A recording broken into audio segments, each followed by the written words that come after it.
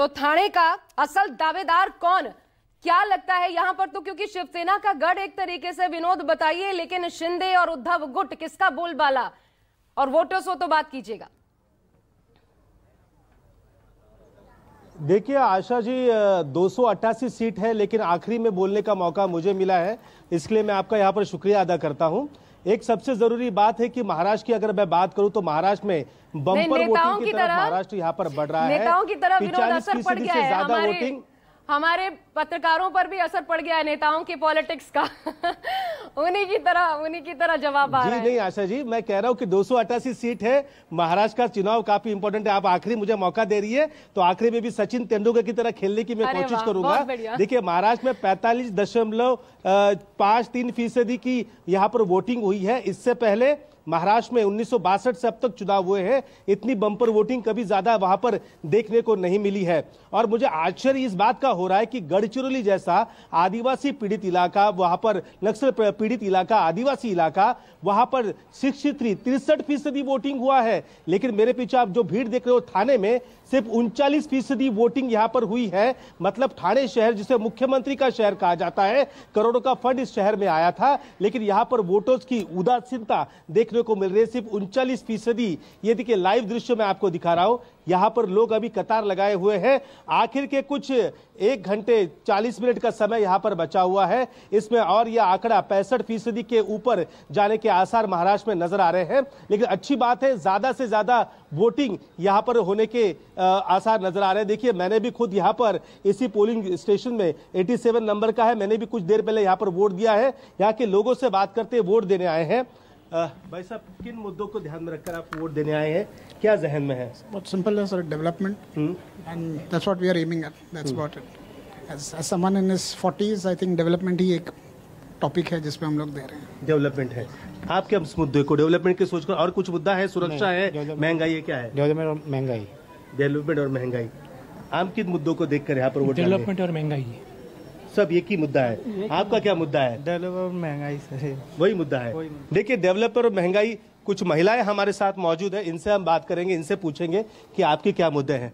Ma'am आपके क्या मुद्दे हैं? वोट डालेंगी तब जहन में क्या मुद्दे हैं? It's our fundamental right, so we are going for it. अभी आगे जाके क्या होगा वी डोंट नो।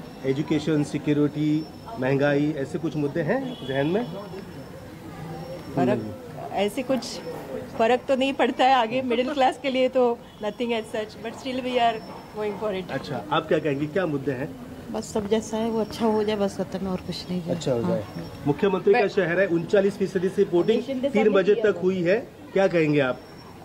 लोगों से कुछ अपील करेंगे? गुड, लोग अच्छे टर्न अप है, हाँ वोट देना चाहिए, but I think road and traffic is important for this area, so we look forward कुछ और सोल्यूशंस आए इसके लिए। अच्छा, मतलब घोड़बंदर की ट्रैफिक? बिल्कुल, जो ट्रैफिक सर्विस क्लास के लिए, जो ट्रैवल वर्क के लिए जाते हैं, every day we spend 2 hours on one side, so I think we need something more on that, more solutions, that's it. आपका कुछ कहना है? नहीं, आप बताइए।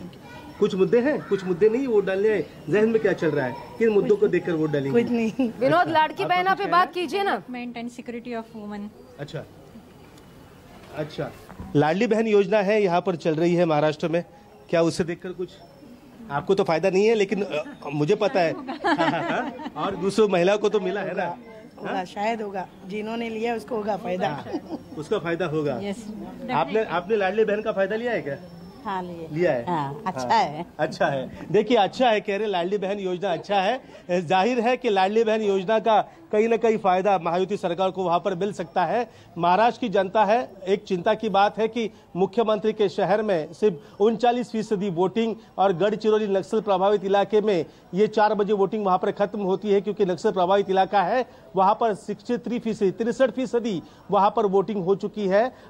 ये 3 बजे तक और 1 घंटे के आंकड़े आने बाकी है, तो जाहिर सी बात है लोगों ने अब घर से निकलना जरूरी है और यहाँ आकर वोट डालना काफी जरूरी है, जिसके बाद महाराष्ट्र की तस्वीर साफ होगी। और जाहिर सी बात है कि यहाँ पर अगर बम्पर वोटिंग होती है तो खतरा किसके लिए है ये सब जानते हैं। मैं जरा एक फैक्टर आपसे विनोद समझना चाहती हूँ, जरा समझाइए, फिर आपको मौका दे रही हूँ।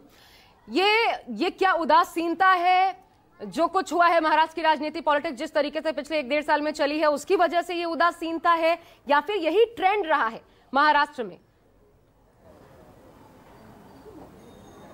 देखिए, उदासीनता इसे नहीं कह सकते, क्योंकि 3 बजे तक 45% वोटिंग, मतलब ये अच्छा 2019 के मुकाबले ये अच्छा ट्रेंड है। अगर यही आंकड़े चलते रहे ना, तो मैं आपको बताऊं 68 से 70% वोटिंग महाराष्ट्र में हो सकती है। लेकिन ये ठाणे का इलाका है, यहाँ कभी इतनी कम वोटिंग कभी नहीं देखी जाती।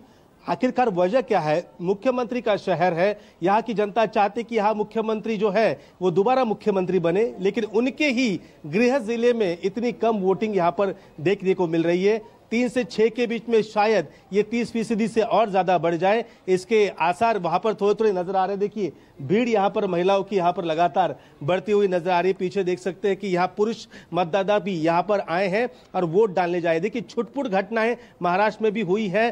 बीड़ के परली इलाके में राष्ट्रवादी कांग्रेस शरद पवार और अजित पवार गुट में वहां पर थोड़ी भिड़ंत होती हुई नजर आ रही है। कोल्हापुर में भी भिड़ंत वहां पर नजर आई है, लेकिन स्थिति सामान्य है। पुलिस ने वक्त रहते ही सब कुछ वहां पर संभाल लिया है।